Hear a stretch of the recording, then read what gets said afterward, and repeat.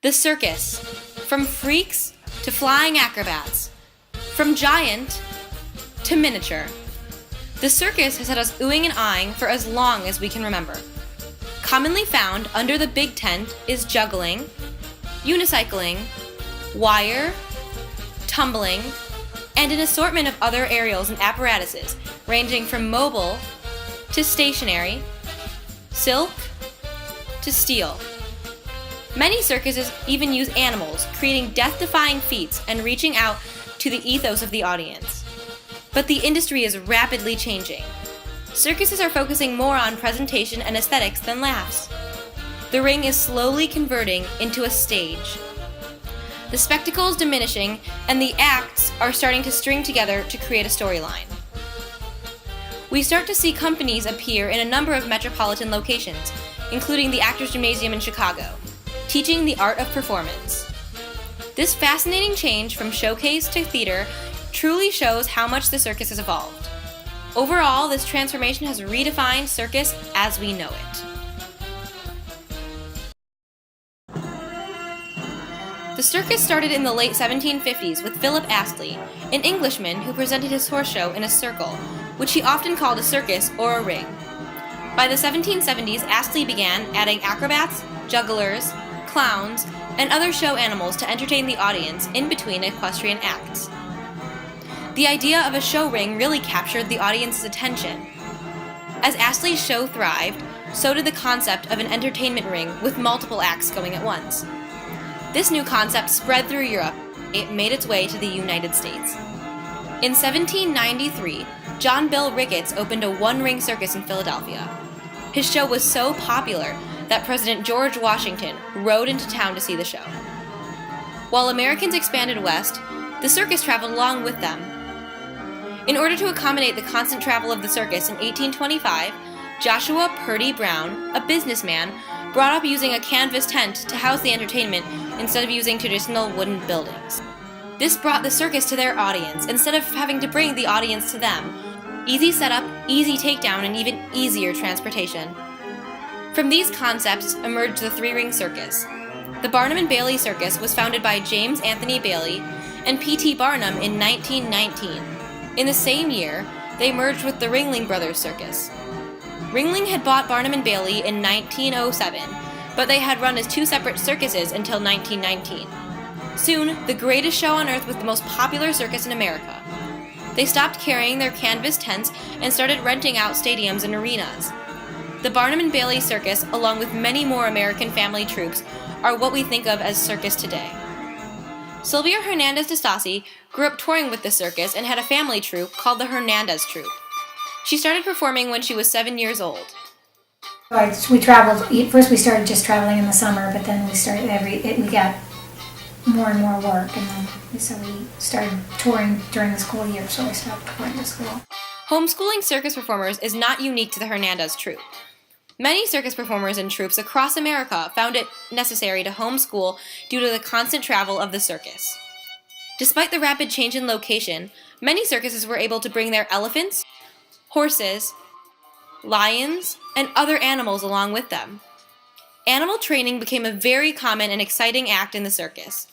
The terror and suspense of a lion tamer putting his head in a lion's mouth never failed to draw the audience's attention. The circus's use of animals, however, has become quite a controversial subject. There have been many petitions against animal use in the circus, and there have been countless boycotts on the circus because of this. These boycotts have heavily affected Barnum and Bailey's audience turnout. They knew something would have to change. The Barnum and Bailey Circus has since made it explicit that they take care of their animals, treating them with respect and having vets on hand at all times. This response has caused a halt in the boycotts and has really split the public opinion. There was still a lot of hesitation to go to the circus. Many people did not want to attend because they still weren't sure how the animals in the circus were truly being treated. So, in March of 2015, Barnum and Bailey officially announced that they were going to retire the use of elephants in the circus entirely by 2018. But the circus has never been immune to criticism. If I could make one change about the circus, is that I would make it so it's easier to make a living doing it. Most performers do it because they love it, and it's a hard life because it's not very financially rewarding. So people struggle a lot just to keep doing it. The financial part of the circus is one that may be changing quite a bit. Now that the circus is transforming to a more theatrical style, the performers may see a more steady salary instead of relying on how many tickets the traveling show sells in each location. This change has also enabled many circus performers to go off on their own instead of traveling in a family troupe. When I grew up in the circus, it was all families, and you were just with your family the whole time. And there weren't a lot of circus schools at the time. Circus school is kind of a new thing that started we started 20 years ago. We were by no means the only circus school in the country, but we were one of the only ones. We were definitely the only one in Chicago. And now there are a lot more performers that are just individuals. And I liked the fact that the circus was a family business and your family stayed together to do it. And when you got married, your kids started doing it, so it was always it was like a family tradition.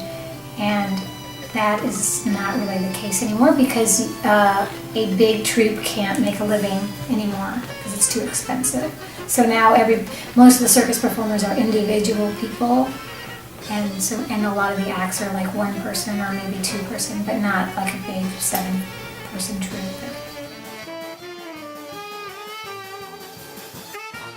Since Astley's Equestrian Circle, the circus industry has experienced a major transformation. It has moved away from the carnival theme, and the showcase style has gravitated towards a theatrical experience. Many factors played a role in this shift. Society has become more aware of animal rights as a whole, so many audiences will not want to support an industry that is potentially mistreating animals. And as the public's interest falls away from the carnival-themed entertainment, Cirque du Soleil offered an entirely new form of circus performance. Starting in 1984, Cirque du Soleil transformed the idea of circus arts into an elegant and sophisticated form of performance. They offer a storyline or theme and then pack it with jaw-dropping talent and intense live music. Cirque du Soleil marks the beginning of a circus theater fusion. Chicago's Lookingglass Theater soon followed, but with more of a theater concentration than a focus on circus tricks.